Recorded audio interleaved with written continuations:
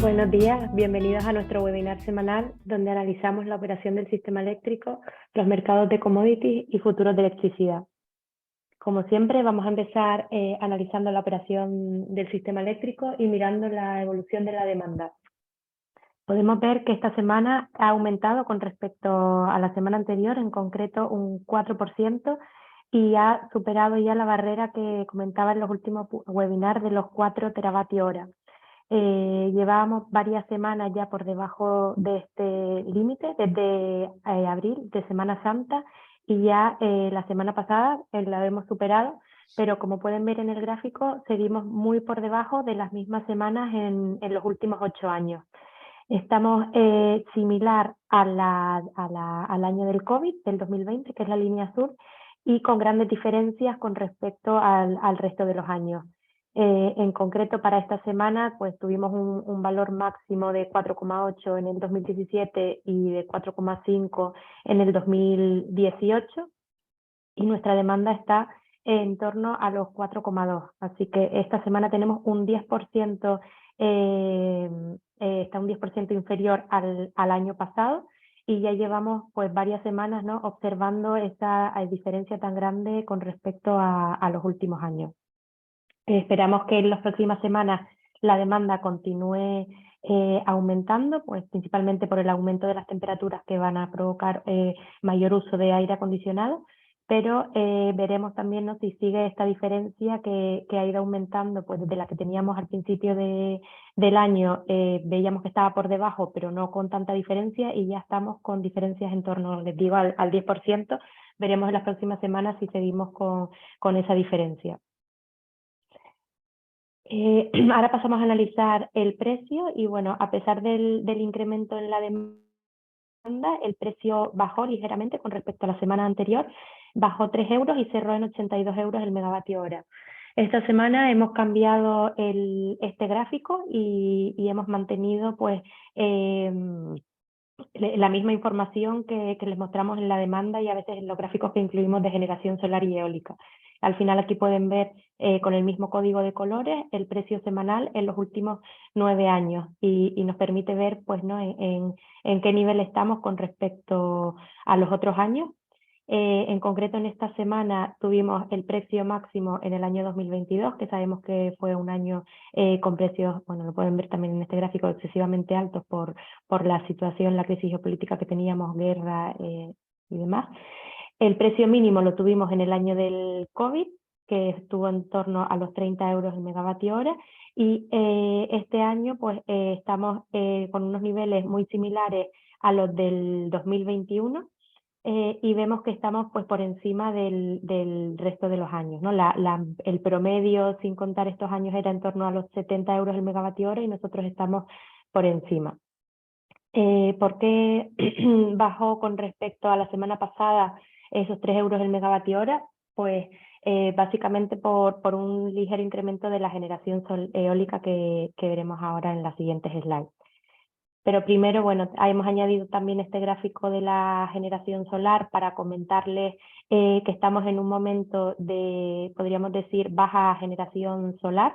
Bueno, tuvimos una bajada, ¿no?, por las situaciones climáticas que hemos tenido de esta tecnología, y todavía no podríamos decir que no se ha recuperado y no ha vuelto a los niveles que serían normales para esta época del año. Tendrían que estar por encima de los 900 gigavatios hora, y vemos que ya llevamos 3 semanas consecutivas pues que estamos por debajo de los 800, principalmente pues mal tiempo, hemos tenido algunas lluvias también, y esto ha hecho, ¿no?, que esta tecnología no termine de recuperarse y vuelva a los valores que serían más normales en esta época del año. Estamos en unos niveles parecidos a los del año pasado, cuando ahora tenemos más capacidad instalada.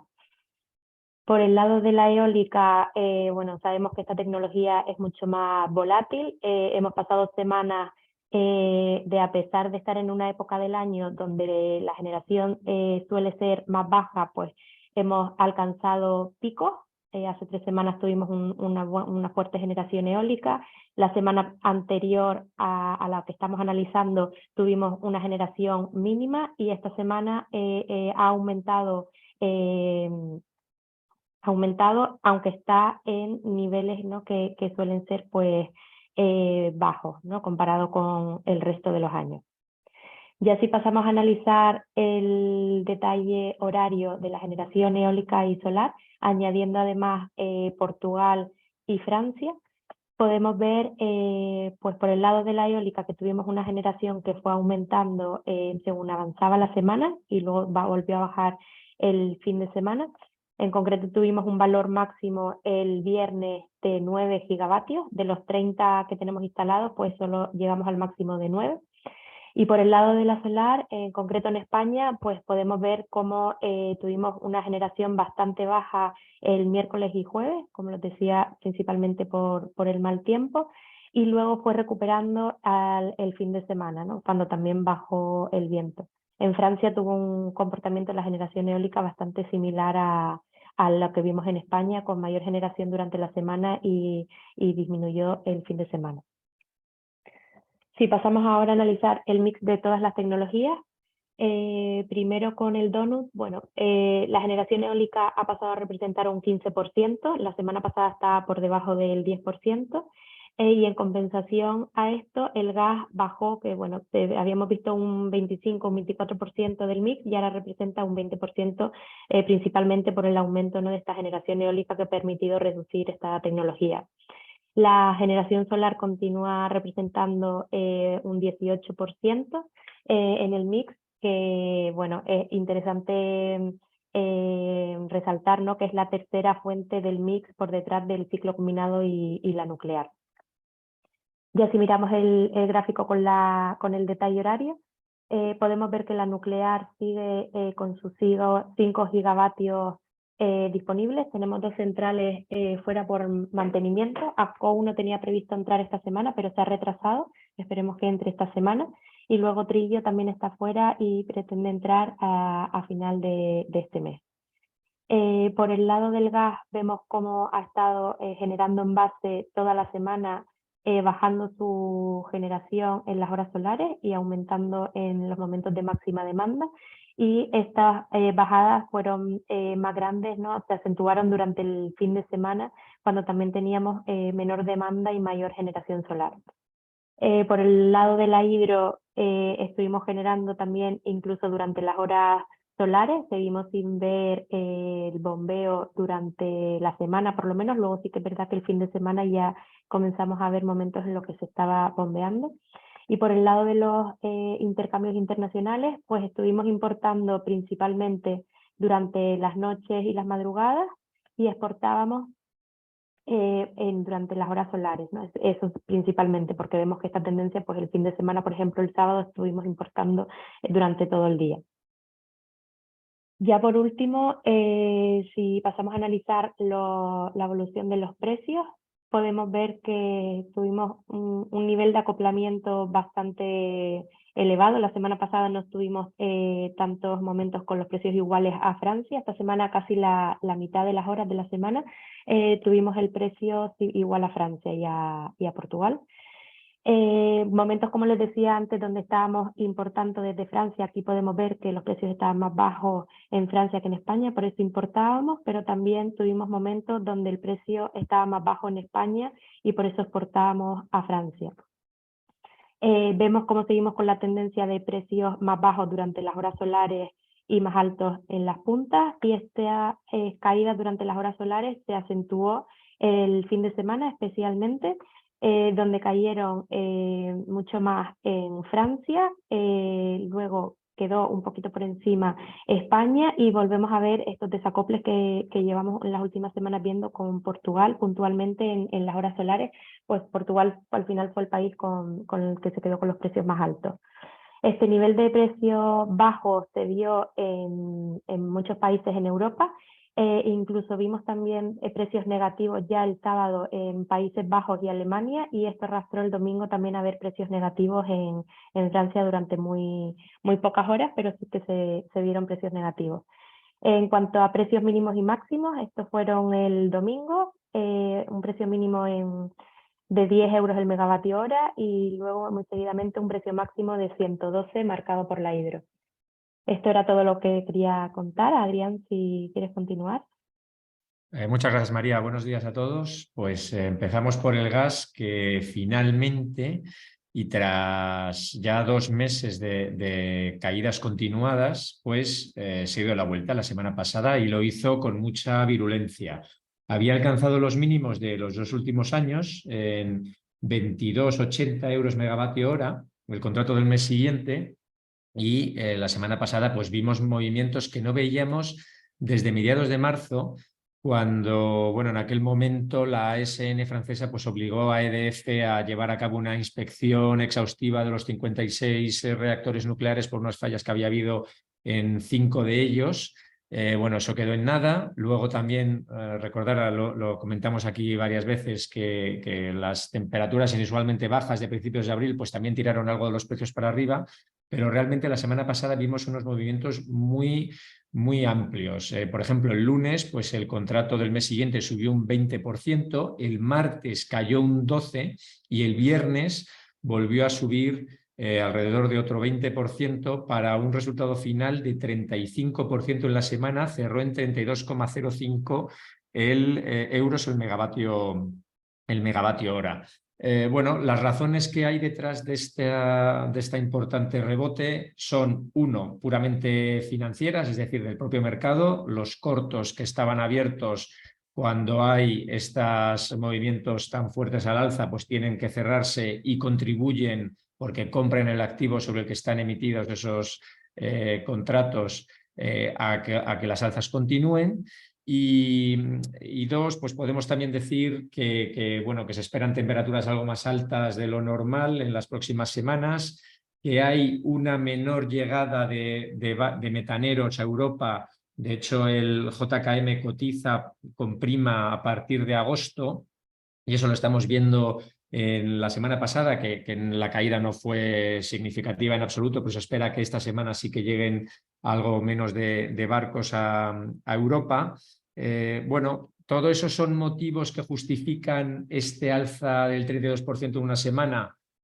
Bueno, ya digo que si no excluimos el motivo financiero de cierre de cortos, los otros no explicarían por sí solos, creemos, estas alzas, y en todo caso nos parece que es algo que que ha sido una sobrereacción, porque bueno, ya sabemos que los almacenes están ya alrededor del 72% en Europa, y por mucho que aumente algo la demanda por aire acondicionado, bueno, pues ahora mismo la situación es de tranquilidad en cuanto a la oferta. Es cierto que, y también lo venimos comentando, las plantas noruegas pues siguen en mantenimiento. Eso implica que hay alrededor de 150 millones de metros cúbicos al día menos que estarían llegando de ese país a la Unión Europea.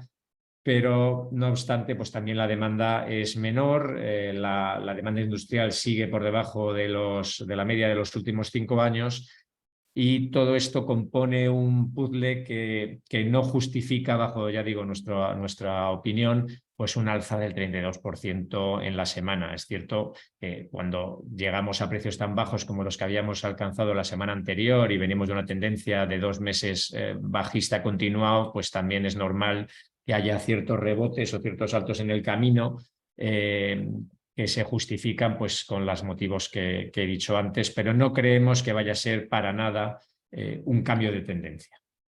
¿Qué pasó con el CO2? Pues el CO2 siguió correlacionado con el gas. Vemos también amplísimos movimientos intradiarios, una ganancia también muy significativa en la semana del 10% hasta 86,79. Fijaros que el lunes alcanzaba el mínimo desde enero en los 78,01 euros por tonelada, y a partir de entonces pues las alzas del gas también. Fijaros que el martes el gas perdía valor, también lo perdió en el CO2. Ya digo, la correlación ahora está siendo buena.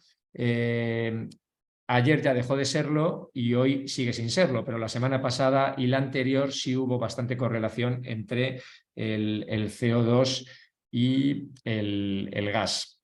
Otro aspecto que contribuyó al alza del CO2, además del alza del precio del gas y de un aumento de la temperatura, que también puede incidir en un aumento de derechos de emisión, fue que el miércoles volvimos a conocer el interés de los inversores financieros en este mercado, y dio un récord bajista dobló las posiciones bajistas que ya eran de récord de la semana anterior, y así como la semana anterior pues pasó casi sin pena ni gloria esa noticia, esta semana sí que justo al conocerse esa noticia el mercado ganó 1,5 € en minutos. Esto quiere decir que se cogió con el pie cambiado a esos inversores que, bueno, viendo que el precio subía, pues también ellos tenían que cerrar sus posiciones. Hemos visto que en semanas anteriores que las posiciones bajistas se abrieron en torno a los 85 € por tonelada. Hubo una acumulación ahí de posiciones bajistas, por lo tanto, el cierre ha continuado también esta semana y ha llegado a los precios, ya comentaremos la que viene,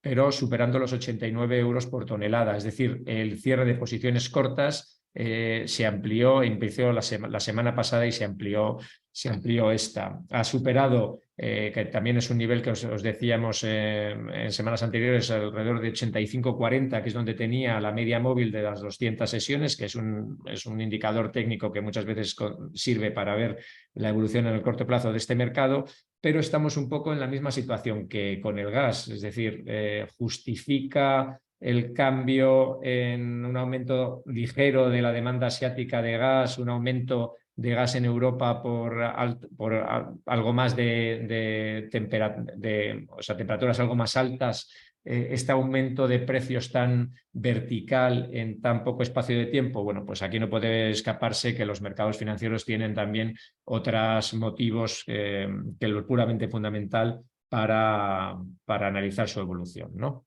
Y por último, el Brent, en este caso, perdió ligeramente un 1,80 hasta los 74,79 dólares por barril. Fijaros que el domingo comentábamos que se tomó la decisión por parte de Arabia Saudí, la decisión unilateral de bajar su producción en 1 millón de barriles diarios. Esto le coloca en 9 millones de barriles diarios la producción de ese país, que es la más baja desde 2008, y la situación actual pues no tiene nada que ver con esa época. Bueno, pues así como la anterior decisión de bajada de producción incidió en el mercado de forma espectacular, ¿no? Porque nadie lo esperaba y se llevó los precios muy arriba, esta vez, pese a que los precios subieron también el lunes, como era de esperar, duró muy poco esa ganancia, y en el mismo día los precios terminaron aproximadamente en el mismo nivel en el que cerraban el viernes, y a partir de entonces los precios continuaron cayendo. Aquí hay dos cosas. Una, la demanda, que no está siendo muy potente, pero sobre todo la oferta, que parece que Rusia, tanto Rusia como Irán como Venezuela, están produciendo algo más de las cuotas que tenían asignadas o que era de esperar de esos países. Por lo tanto, los precios están contenidos en lo que se refiere al petróleo.